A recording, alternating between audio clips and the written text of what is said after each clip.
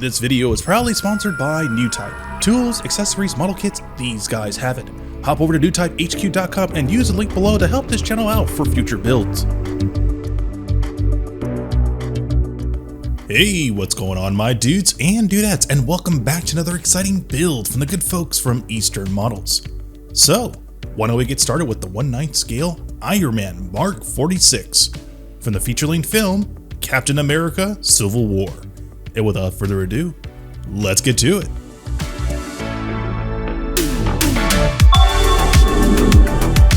Yo, welcome back my dudes and dudettes, another unique build from the good folks from Eastern Models. And if this is your first time to this YouTube channel, welcome.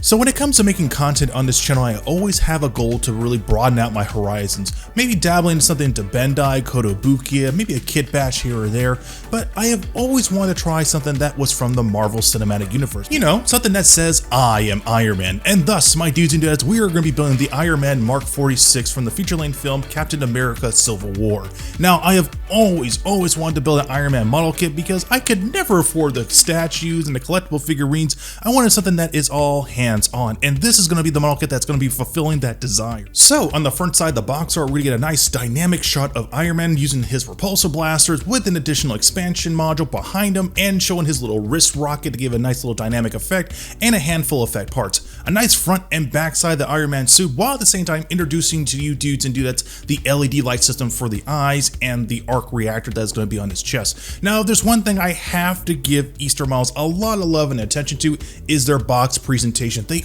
always nail it. They've done it with the Mega Man model kits, and they are actually doing that with the Avengers logo up the forefront. So I love that little attention to detail. And as always, you are happily greeted with the instruction manual of the Ironman Mark 46 model kit.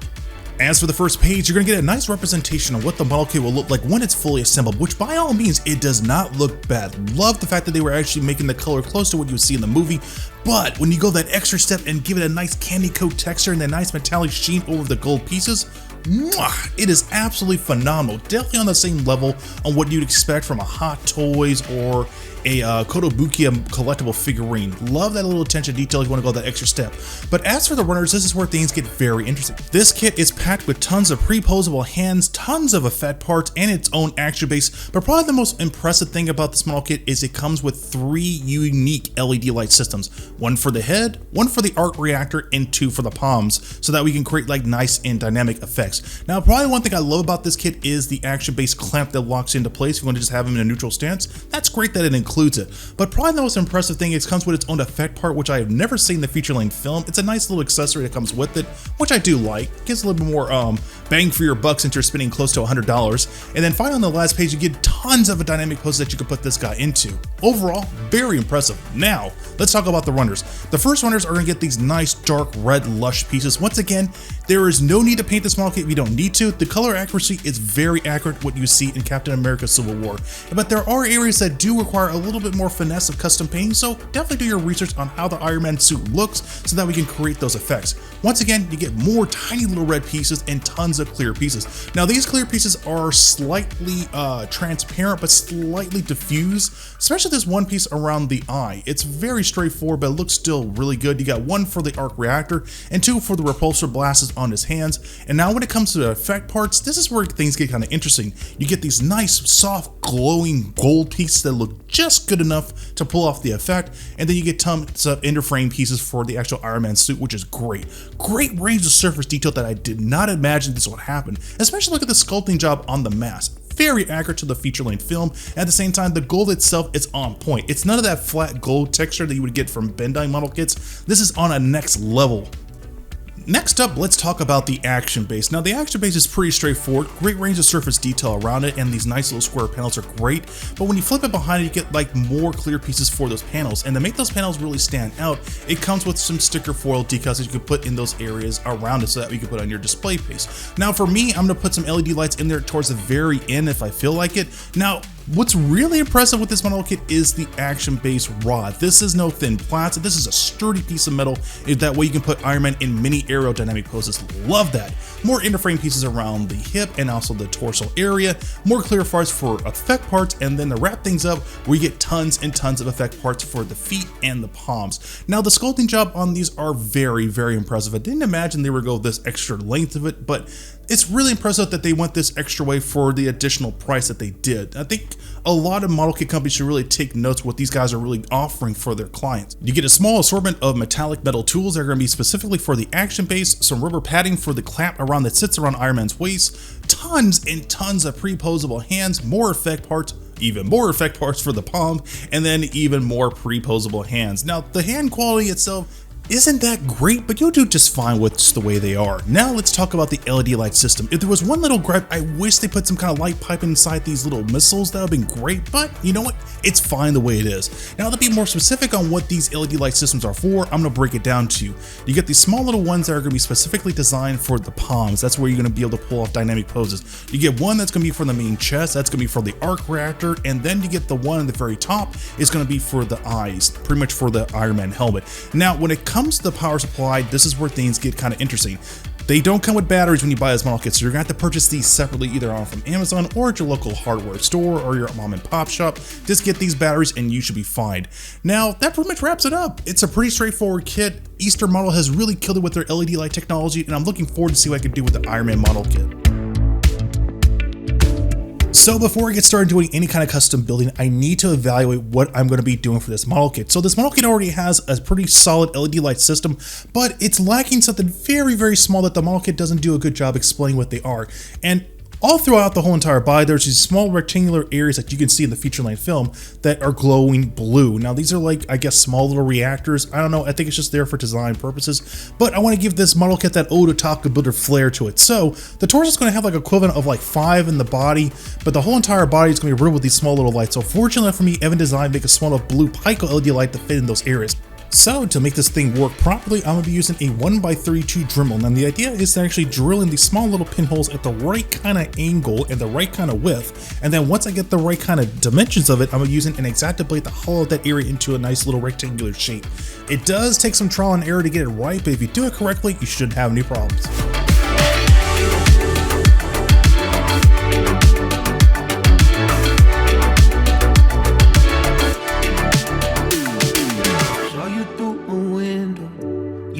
Somebody, but you look so damn alone.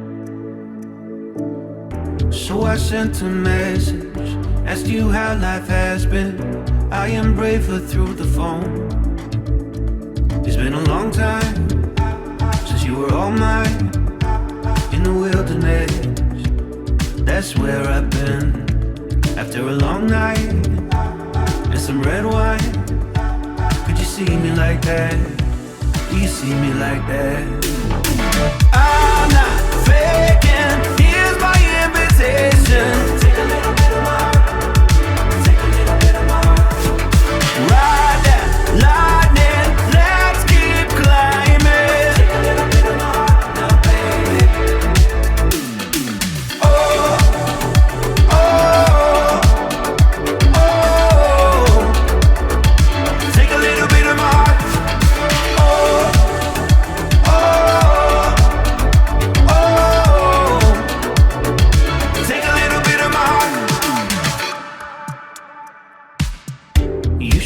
I felt underdressed.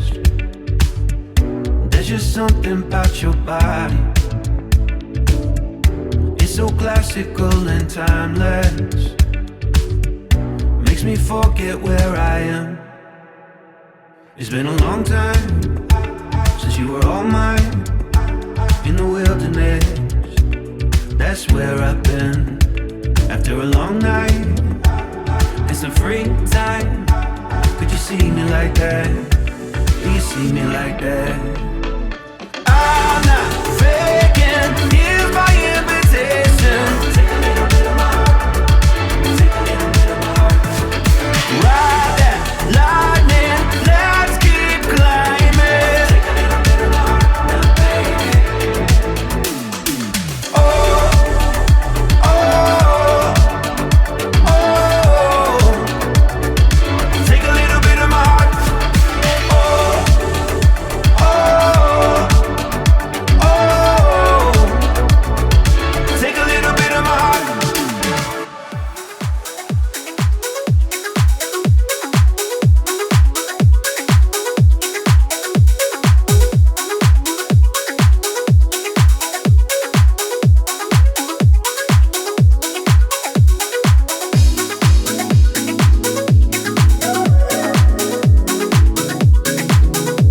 So now that I got most of the inner frame pieces done for the torso, it's now time to jump on to the next step, and that is painting the gold and red pieces. But since these don't take that much time to paint and then prep, I feel that the right course of action to go right here is to start installing the LED lights inside the torso.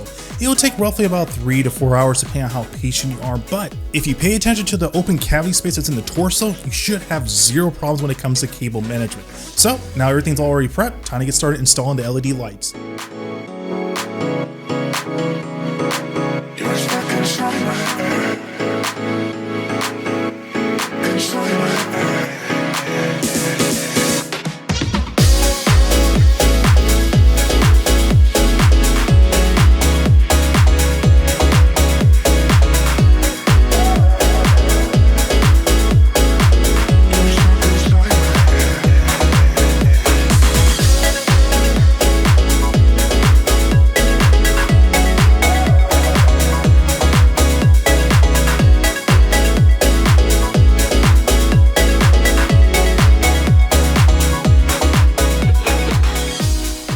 Alright, now that the torso is finally done, I can finally get started on the red runner. So I'll be focusing all my energy on the legs and the feet and as well as the arms because they don't take that much time to assemble. But after doing some deep thinking, I'm not going to put any LED lights into the wrist areas because the hands are designed to be removable. And since they are in a pre-fixed position, I'm not going to be able to actually detach or remove them when the wire is fully connected to that wrist section. So I'm going to opt out just to remove them and just leave them as is.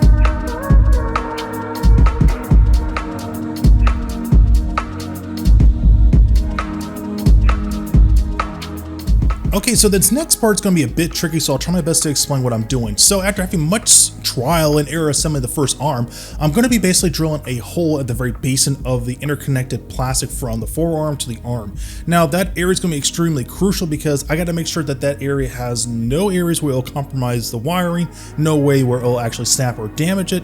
Everything just needs to be just small and at the same time just big enough for everything to fit in that little tight little crevice. So I'm gonna make sure I specifically cut out areas that would be problematic to following all the electrical wiring, and then everything is done correctly. Everything should lead up towards the torso.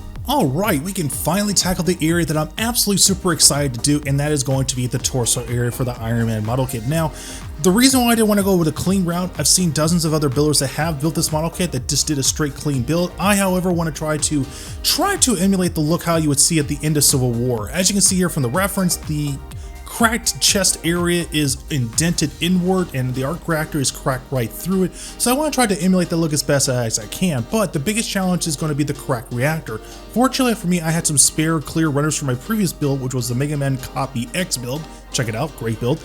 And I'm going to be using that in the very front, and as you can see here, it is the absolute perfect size for this part to be pulled off. Now, to create that nice cracked and indented look, first things first, I'm going to look at my reference, map it out with my Gundam marker, so that way I can get the dimensions just right up to the way it looks. And then once I get it just right, I'm going to be using a Dremel disc. Now, when it comes to using this Dremel disc, I would strongly advise you to wear gloves. I've had years working with this particular Dremel disc for years, so it doesn't bother me, but for the safety precautions for those who haven't used this for the first time, wear some gloves. This is one tool you don't want to mess around with because you can injure yourself.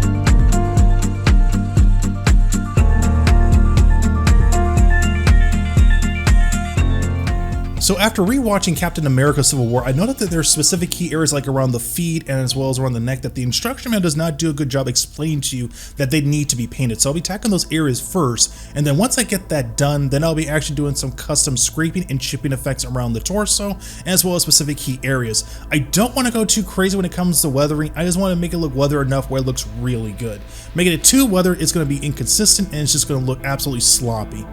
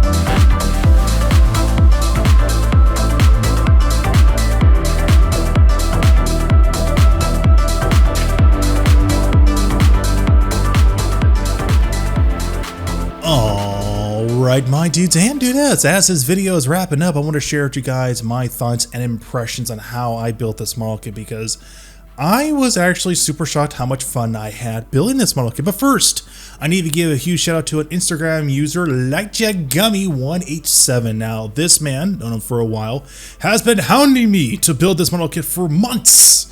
Actually, he didn't hound me, he was very polite and asked me if I was going to build this kit because I had no interest in building it many months ago. But fortunately enough for me, at my local hobby shop, they had them in stock, only 3 at the time when I went there, and I just told myself, you know what, I'm going to be up to my neck with random Gundam model kits towards the end of the year. Why not try something different? You know, I tried out the Evangelion RG a couple years back. What would an Iron Man kit hurt? You know, maybe it would be fun. And my goodness, it was great. Better than I imagined, and probably by far the best money I've ever invested in a model kit that is actually affordable, okay? Actually affordable, and Easter Model just does a great job by making affordable model kits. Presentation is on point, plastic quality control is good. They kind of dropped the ball on the hands. Some of the molding process is a bit sloppy, but with some good sandpaper and a very strong enough X-Acto blade, you can clean the areas up just fine. But articulation is on point. You can pull off the classic Iron Man fists on the ground, arm up in the shoulder pose. You can do like a lot of aerial pose with the assistance of the action-based rod to make things look really dynamic. I mean, the sheer amount of detail that's on this model kit is very much identical to a Flame Toys and a Hot Toys collectible. And that's saying a lot because the quality control in this model kit is really, really good. I wouldn't be surprised if they got some pointers from that, but you know, there are some areas that they actually took a lot of artistic freedom to try to do their own thing. It's definitely noticeable. A good example of that area is going to be the ball joints on the shoulder. They are on the weird like ball joint swivel mechanic.